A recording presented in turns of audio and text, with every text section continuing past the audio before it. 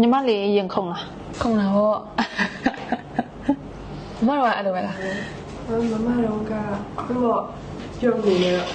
ဆယ်တော့မထွက်မဖြစ်လောက်ကမဖြူသေးဘူးလားအတူဆိုတော့မြန်မာလည်းမအောင်ဖြစ်စတိုက်ထူတော့ထွက်တာ ပြီးတော့အကောင်ဆုံးကြိုးစားခဲ့ဘာနောင်တမှမရှိအောင်အကောင်ဆုံးကြိုးစားပြုံးဖို့မင်းနဲ့နော်တစ်ချက်စိတ်လှုပ်ရှားသွားလား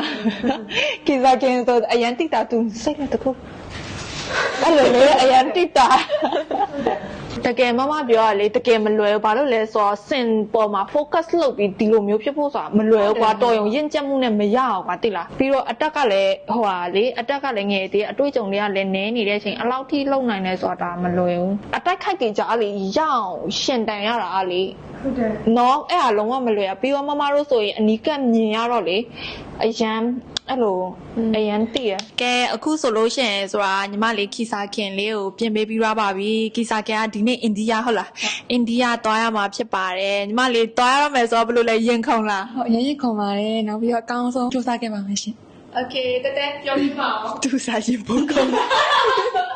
fighting အများကြီးစူးစမ်းခဲ့ပြီးတော့ဘာပဲဖြစ်ဖြစ်မမပေးနာမှာအများကြီးရှိတယ် Thank you